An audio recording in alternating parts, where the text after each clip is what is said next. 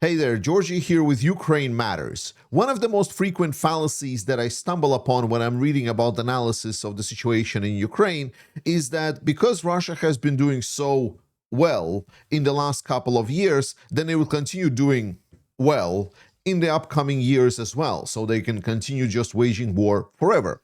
The obvious issue is that it doesn't take into account that Russia was doing all of this war, aggression, these overspending and buying majority of the equipment from their allies because they had a piggy bank saved up to do this war. And I've been telling time and time again that this piggy bank is going to run out at some point.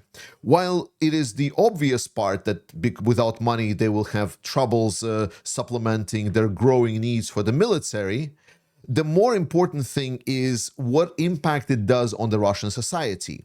And we were waiting when it's going to be the moment when Russia is going to start finally cutting into the flesh of the Russian economy, so the actual population of Russia and everyone else besides Putin's regime and his piggy bank will start feeling some of the burn of waging aggressive war in the 21st century. And today we can finally state that officially that moment is here and now, because Russian Finance Minister Anton Siluanov stated that because of the falling oil prices, because of the huge stagnation and actually a recession inside of the Russian economy, if you look deeper into the Russian economy, then you see that the only growth that Russia is having is surprisingly in the military-related sectors, whereas the rest of the economy, if beforehand it was kind of stagnating, the latest data actually suggests that it is all going into the red. And exactly because Russia is struggling so hard,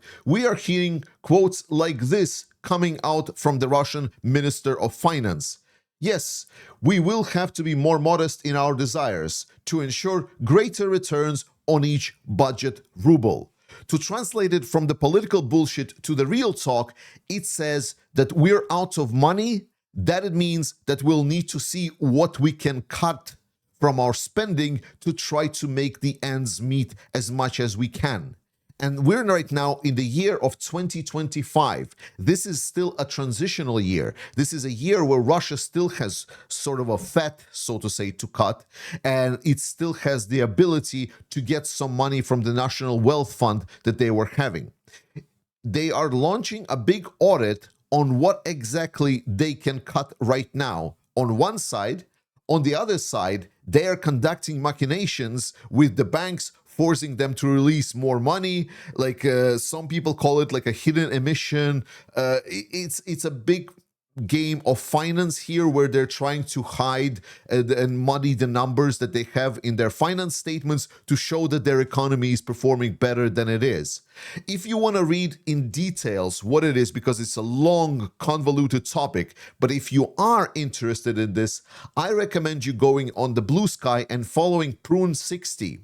He is a great data and finance nerd, and he's going in depth into all of these threads about different news cycles, what is happening there, why Russia is releasing these funds, why they're pressuring the banks, and he's going very, very, very, very in depth into it. And if you want to know why Prune is also great, is because he's the person that is publishing every month the data on the status of the Russian National Wealth Fund. I think you can remember this chart over here that showed how the Russian National Wealth Fund just decreased as it was going through the years. Follow him, it's great. But we are moving on to the political statements. Putin here, for example, stated that they are ready to negotiate with Ukraine and they're ready for some kind of unconditional ceasefire with Ukraine. But obviously, because it is Putin, you need to remember the rule that if his lips are moving, then he is lying. Because as soon as they said that they were ready for unconditional ceasefire with Ukraine, under certain conditions, as were started to be claimed by the Sergei Lavrov. And his conditions are, and again, this is just to start the quote-unquote peace talks. Ukraine must be committed to not joining NATO. Ukraine must confirm neutral and non-bloc status. Ukraine must address the neo-Nazi regime in Kyiv, blah, blah, blah, blah, blah. International recognized of Russia control over Crimea, Sevastopol, Donetsk, Luhansk, Kherson, and Zaporizhia regions. Legally binding agreement with enforcement mechanism, demilitarization, denazification of Ukraine, lifting of sanctions against Russia, return of frozen Russian assets. So all of the things, all of the bullshit that was done with Russia in recent days has resulted in absolutely nothing. Russia has not moved an inch closer to some kind of agreement. They are still completely on their maximalist positions, and this proves us one thing that literally everyone, except for some orange guy, knew from day one, is that there will be no agreement with Russia. Russia does not want peace. Russia wants more and more war. And trying to butter up Russia and trying to give Russia something will just bring back more and more demands from Russia, because Russia wants everything. So if you offer it something in return, the only response you will get from Russia is like, well, why don't you give us more? Preferably everything. And it doesn't matter what it was in between.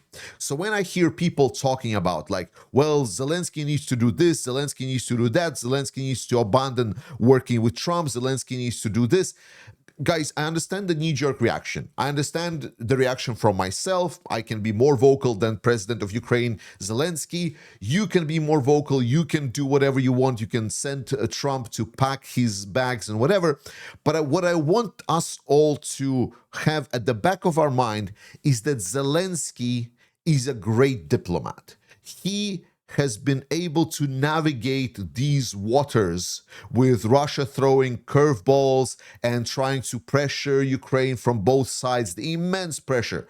United States and Russia, like two pretty powerful nations compared to Ukraine, has been pressuring Ukraine nonstop.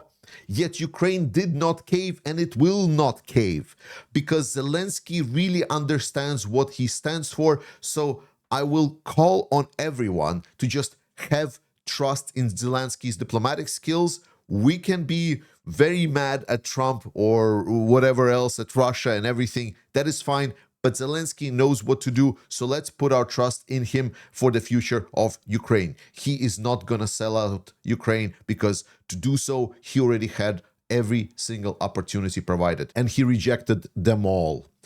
Putin is having a bit of an issue, because he's stating that, well, actually, Russia is having some trouble at the front line. They are not having enough modern strike weapons like FPV drones and so on. And this underscores the most important thing that I just said, is that Russia just wants more war.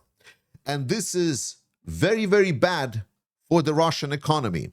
Because while there is right now speculation of potentially lifting some sanctions of Russia, or this going to be part of the deal or whatever, Russia doesn't want any deal. So any half-assed deal that's going to lift some half of the sanctions, that's not what Russia wants. They just want to continue doing more war.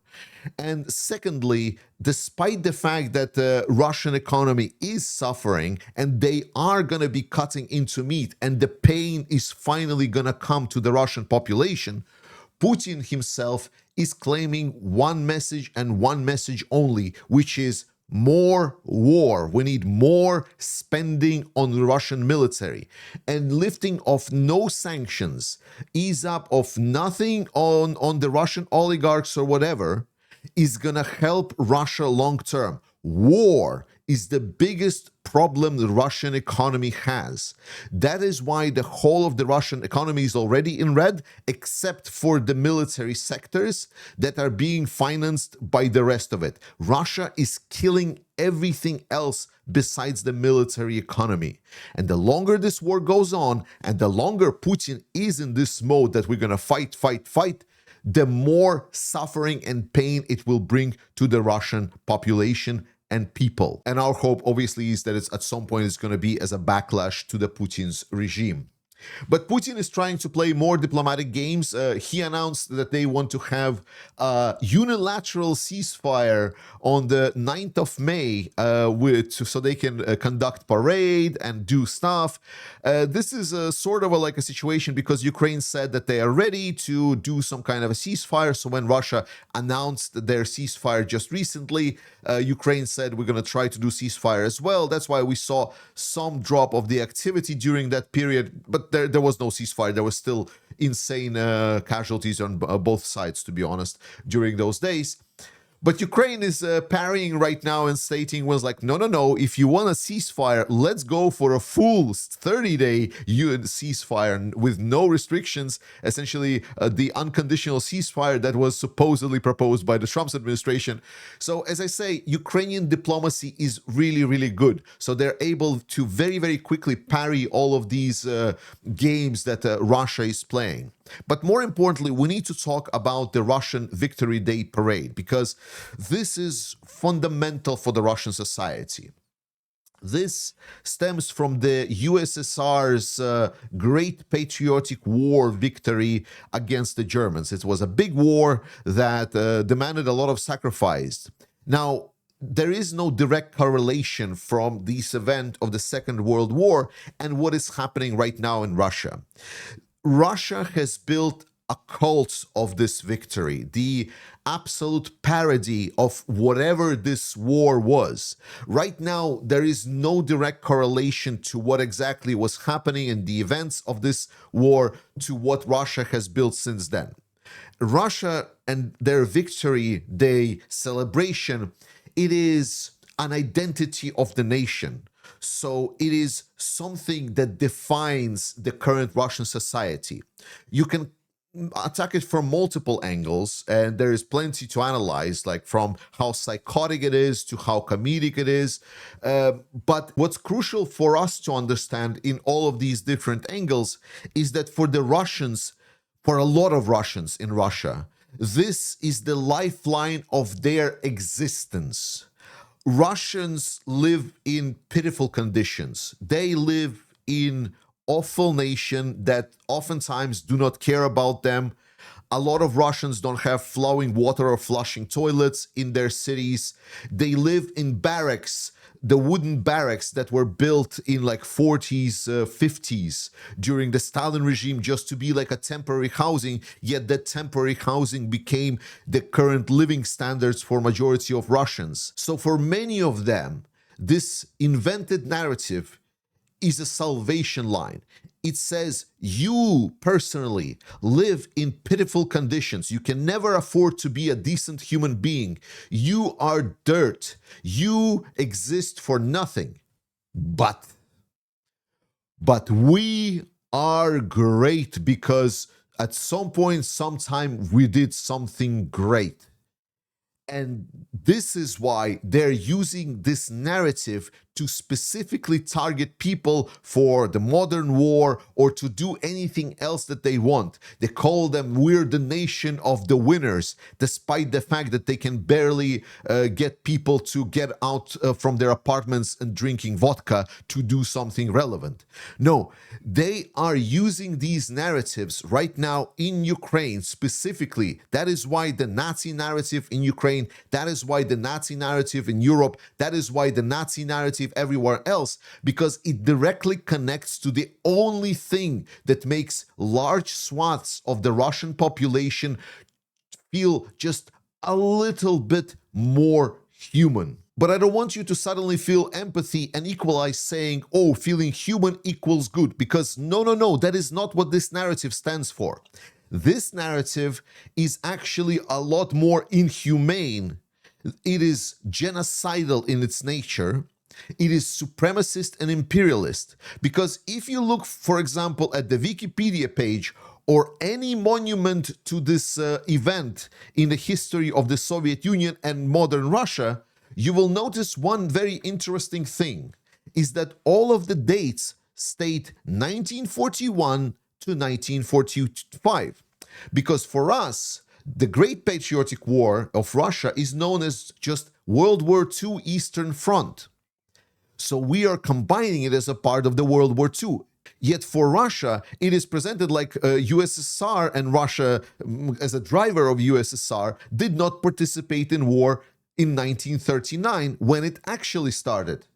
Because the unfortunate reality for a lot of the USSR and Russia apologists is that USSR and Germany, the Nazi Germany, were allies. And I'm not talking like allies like, well, Germany does something over there and we're just not touching it. No, no, no. We're talking like allies.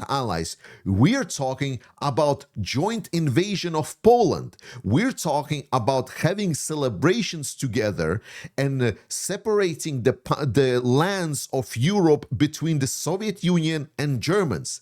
There has been nothing good about the USSR. The narrative of USSR and being great in modern Russia, despite them living in poverty, it means imperialistic ambitions. It means you are having it bad. But at some point in time, we did something great and we showed those pesky Europeans who's the boss. So the Europeans feel the misery and pain that I, as a Russian, feel. And that is the driver of Russians that is pushing them to sign up for the Russian military and invade other countries. That is the narrative that Sergei Lavrov is putting forward. That is the narrative that is completely escaping majority of American MAGA movement participants when they consider that Russia just wants some kind of peace or just wants some territories. They don't give a shit about territories. That is why they celebrate, they capture ruined cities, because this is Russia. This is Russian world. They want to see beautiful burn. They want to see it destroyed. They want to ruin Ukraine. They want to ruin your life. They want to destroy it all. That is why countries should be more reluctant in letting anything Russian slip into their information space, because it is by nature destructive. And more importantly, even countries that are nominally in good relationships with Russia, like Kazakhstan, are understanding the message. For example, Russia has this bastardized event that they call the Immortal Regiment, which originally was introduced by a group of volunteers that wanted to commemorate their ancestors that died in the Second World War. But since then, it has been incorporated in their whole Russian event celebration chain. And now it is basically an event where Russians are walking with pictures of the occupiers and killers that went on to invade other countries surrounding Russia from all of the wars, not just the Second World War. It is right now literally a parade of war criminals. And Kazakhstan, a country that nominally, supposedly supports Russia, understands what it is very well. Because while the president of Kazakhstan will go to the celebration of the 9th of May to Moscow, to have good relationship with Russia, inside of Kazakhstan, they are actually banning this event totally, and they're saying we're going to jail people that will try to do it, and we're going to impose fines, and we're going to prosecute people that are going to try to break this rule. And to finish, I want to mention this story about the CIA deputy director's son that decided to go to Russia and be this anti-US imperialist guy that traveled the world. This whole article is in Russian, but I'm going to leave a link to this, so maybe you can use auto-translate and read it through, because it has compiled a lot of data. And some people were asking, like, I wonder what actually happened with him. And I want to set you this. So the last time Peter saw Michael was in December 2023, after which, according to him, Gloss left for the front. If I'm not mistaken, after training, he has sent to the assault units, Peter said. At the time, units of 137 Regiment were northwest of Soledar in the Donetsk region. So December 2023, that is when he was sent to Ukraine after training. And he was sent to Soledar. So to give you perspective, this is Ukraine Eastern Frontline. This is Bakhmut, where the big fight with Wagner was. This is Soledar, just north of Bakhmut. And so he was sent with his units towards northwest of Soledar. So around this area over here. and he was sent in December of 2023. This is where it was back then. So now I'm going to jump in time to get you to see what happened since that person left for the front lines. This is where you need to look at and see how the situation changed towards the present day. 1, 2, 3. Yeah, nothing changed. So what happened is the guy was sent in, he was sent to this area. He was sent into the useless storming of this area where they achieved almost nothing at all. And he died by the artillery shelling at one of the assaults. And while some people mourned him because he's a US citizen and he has died for what he believed in, for me, he's an occupier. He's a person that came to a country that did nothing to him. He came to kill Ukrainians, to bomb Ukrainian cities, kill Ukrainian kids, just invade another country that, again, did nothing to him. So for me, he's not just an unfortunate casualty of this war. He is the reason, and his thinking is the reason this war is still ongoing. Because some dumb fucks still think that invading countries and killing people is fine. So I have zero tears to shed for that guy. The people that I support are the Ukrainian armed forces. And that is why I call on everyone else that is watching this channel to support the Ukrainian armed forces.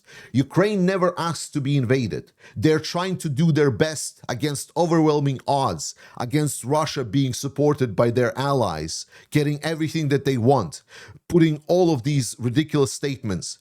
But don't get me wrong. Russia wants to destroy Ukraine, want to capture Ukraine. They want to destroy your house. They want to see you suffer. Russians want to see you suffer. So we need to act. We need to prevent that. We need to support the Ukrainian armed forces. Participate in fundraiser. Believe in Ukrainian armed forces. Believe in the President Zelensky's diplomatic skills. I love you. Slava Ukraini. See you next time.